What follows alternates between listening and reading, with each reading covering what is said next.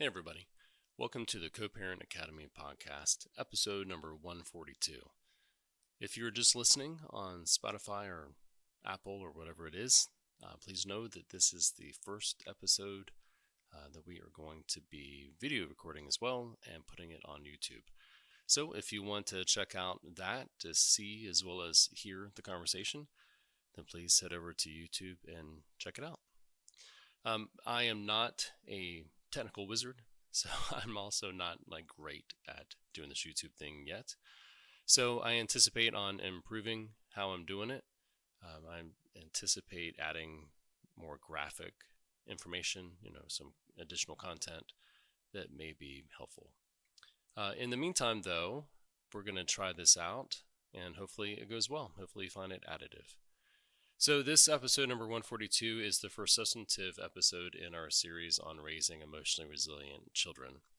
And today we're going to focus on an overview of how children's emotional brains develop and sort of touch a little bit on attachment as well. This episode is focused on the work of Dr. Allan Schore. Dr. Schore is an expert in this field of how the emotional brain develops, the psychobiology as he'd refer to it. He talks about attachment and all of that. This is rather dense material, and so I have copious notes to which I'll be referring as we go through. I don't have a script that I'm reading from. I don't anticipate being perfect. I've sort of given up this year on my failed attempts in the past at some approximation of perfection in what I'm doing in these podcasts. And so instead, as we go through this year, I'm just going to try to have conversations with you based on notes that I have in front of me, and adding some insight, hopefully, that you find useful. So we want to start off with the understanding that a child's emotional brain develops early. If we think about lateralization of the brain, you think about left brain and right brain people. I would definitely say that I'm a left brain person, something that I'm actually trying to compensate a little bit to get a little less left brain, more emotionally brained. Left brain people tend to be, we think of them as analytical, logical minded, maybe not too in touch with their emotions sometimes. Right brain people we think of as more artistic, more creative, more emotional. And that is not just some misnomer. I mean, there are left brain and right brains. And our right brain is what's in charge of our emotions, the unconscious. The left brain is the logical center. That's where the higher level speech comes into play, although there is speech in the right brain as well, especially related to more emotional situations. This lateralization of the brain occurs right away, right? As the brain develops, it's got these hemispheres, and something I had no clue about is that the right brain develops first. So the hemispheres of the brain develop at different times, but they each have growth spurts in a sense. The right brain growth spurt begins in the last trimester of pregnancy, and this is really important. Lots of times we see folks who maybe never were a couple, and they're trying to navigate this idea of having a pregnancy and a child when they never were a couple in the first place. And it can lead to a lot of stress and conflict as the child approaches. Sometimes we have married couples who are separating right in the midst of a pregnancy, and there are higher levels of stress that occur in this last trimester as well. Something that I guess is kind of common sense, but I never really thought about, is that these increased levels of stress in the last trimester of pregnancy can have serious and long-lasting implications for the development of a child's emotional brain, for their ability to attach, for their ability to have great relationships in the future. So what occurs is that if a child is subject to stress, in this case we're currently talking about the last trimester of pregnancy, if the mother is subjected to long periods of stress, like unresolved stress, and you may hear from time to time we have a cat, and I'm not keeping our cat Lemon penned up. So if you hear a cat, that is who that is. That is Lemon. Hopefully the sounds are only good cat sounds. Sometimes there are some not great cat sounds that come out of Lemon as well. So just know that Lemon has allergies, and if you hear sounds that sound horrific, it may just be Lemon coughing and sneezing. So if a mother is subjected to a lot of stress in the last trimester, unresolved conflict that's ongoing, then the hormones released to try to combat that unresolved stress can pass through the placenta into the child. So, for example, cortisol can be passed through the placenta to the child's developing right brain, And that creates neural pathways. Those neural pathways begin to develop even in that last trimester. And that can affect the child's stress response, just like the mother's, even though the child hasn't even been born yet. When the child is born, their emotional brain is just ready to go. They're in the midst of that growth spurt that lasts from about the last trimester of birth up until years 2 or 3. And their brain is just developing at a phenomenal rate, developing new neural pathways. And it becomes really, really important how the mother is able to connect with her child during this time period. Now, obviously, in the last trimester, it's the mother who's connecting to the child. And very often, especially if a mother is breastfeeding, it's the mother who is doing this sort of connection with the child after birth as well. It is absolutely the case that other family members, including most importantly from our perspective here, the father, can provide a great basis of connection and regulation and attachment as well.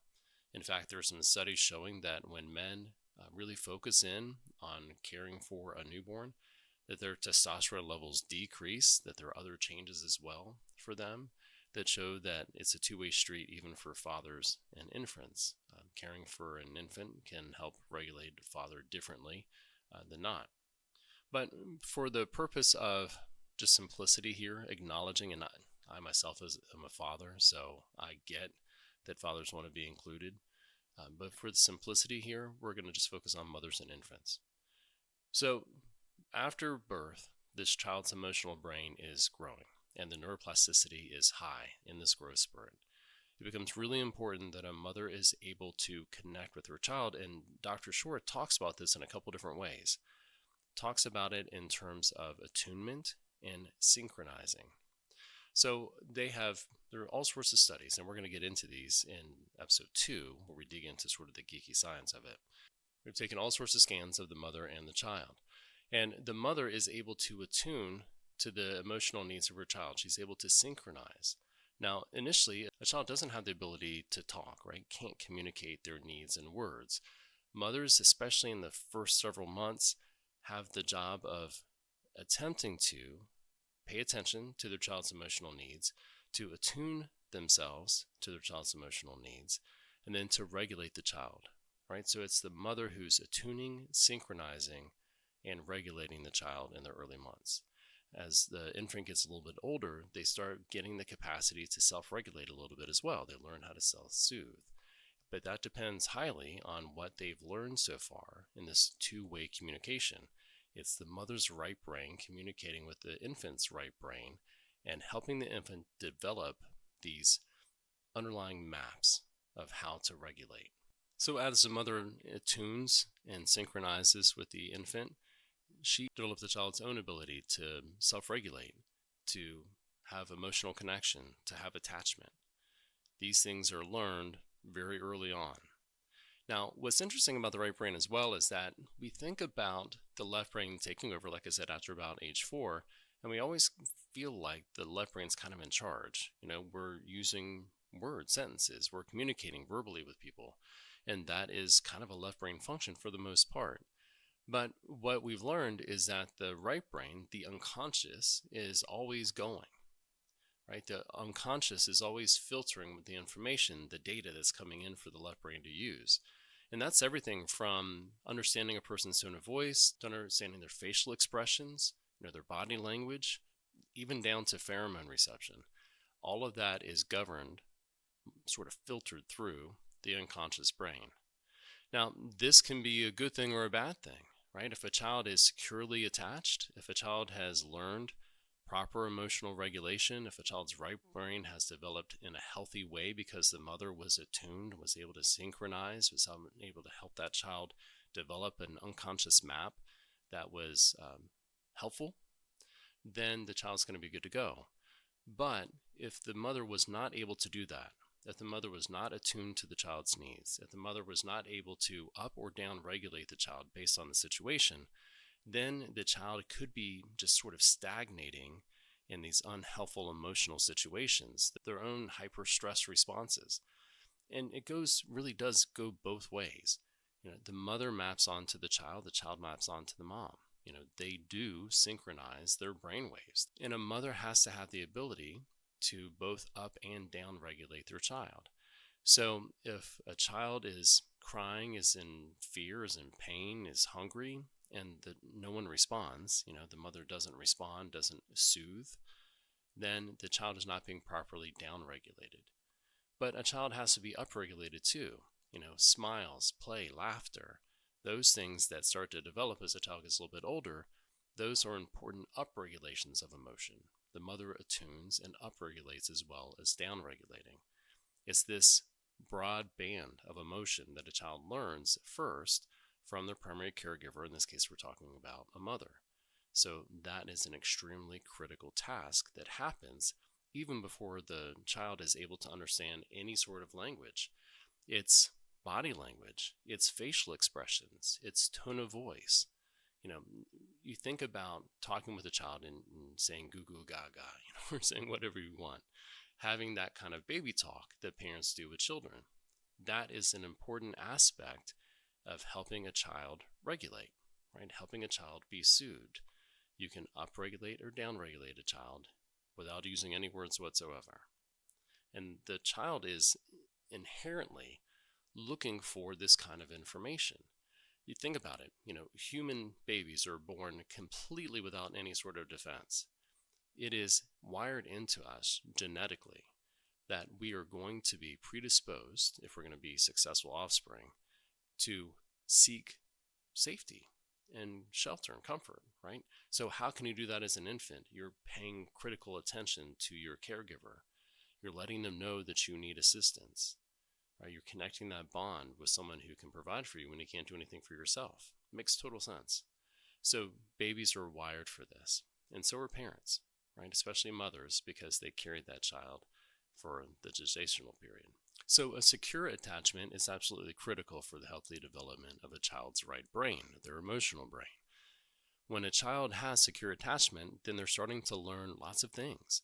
They're learning emotional regulation, they're learning trust, they're learning resilience in all sorts of different ways. If a child is insecurely attached, they're not learning those things. So think about the context in which this could occur. You have a situation in which there's lots of interparental conflict after the birth of a child. Maybe mom's really mad at dad for some reason. Maybe mom's gatekeeping. We see that a lot, where moms are determining the access that an estranged husband or a person with whom she's never had a relationship but now has a baby, the access that person has. She's preferring others, sometimes her own mother, over the child's biological father. This unresolved stress that the mother feels is going to be transmitted to the child. She's not going to be able to attune as she might if she were not under such stress. Sometimes that's the dad's fault. Sometimes it's not. Sometimes it's coming from the mom herself. If the mother is depressed after she's had the child and she's able to help downregulate the child when the child's upset and crying, but doesn't just have the emotional bandwidth at the moment to help upregulate the child, that can be a problem as well. You have to have both that up and down regulation. It's also a difficulty because in our legal system, sooner than later, sooner than mom wants, that dad is going to have access to the child. The child certainly needs to have a safe port in the storm. The child needs to have a secure attachment with a primary caregiver, and for pure biological reasons, such as breastfeeding, that very often is going to be the mother from the beginning. Now, it's something that is extremely important for the mother to be introducing the father to this child routinely. I can imagine a situation in which daily would be best, to have short interactions where the child is learning to trust this person. And a lot of times when we have these visitations with parents who are separated with infants, the mother, again, tends to gatekeep, says that father's not doing anything right, doesn't want him to be feeding, changing diapers, things like that. But these are critical activities, for the father to be able to have that locked eye contact when feeding a baby, for the baby to be receiving that nourishment while being held by this person, by the father, to be able to smell the father and receive the nourishment, to cry and have the father come and provide the food or change the diaper. So those kinds of visits that are of sufficient duration and interaction so that the child is actually able to begin to have a secure attachment with this third party, with this father, that is extremely important. And because we know the courts are going to sooner than later have father having this visitation unsupervised unless there's something that's wrong, that is going to be helpful for the child. Mothers often say, well, dad shouldn't have visitation because he hasn't yet bonded with the child, but she's interfered with the ability of the parties to bond. The court's not going to be real sympathetic to that, and you could wind up having a situation in which the child is being sent with a parent with whom perhaps the child hasn't really bonded yet very well. That's not always on the dad, right? That's very often on the mom. So unless we're dealing with a situation of domestic violence, and then that's always a different category. If it's just a normal situation where maybe parents aren't being nice to each other, maybe there's a breach of trust, they hate each other at the moment, you've got to put that aside because the child's emotional brain is developing rapidly in this infancy to 2 or 3 years span. During that time period, it's absolutely critical that both the mother and the father have the capacity and are given the opportunity to develop these emotional bonds with the child, to learn, each of them, to attune, to synchronize themselves with the child, to have the child understand that their needs will be met with this person. Even if they can't verbalize it, they can still sense it. They know it because their needs are being met by this person. So when it comes to co-parenting in this first conversation about the development of a child's emotional brain, the keys are that a child's emotional brain begins to develop very early in the last trimester up through years 2 and 3.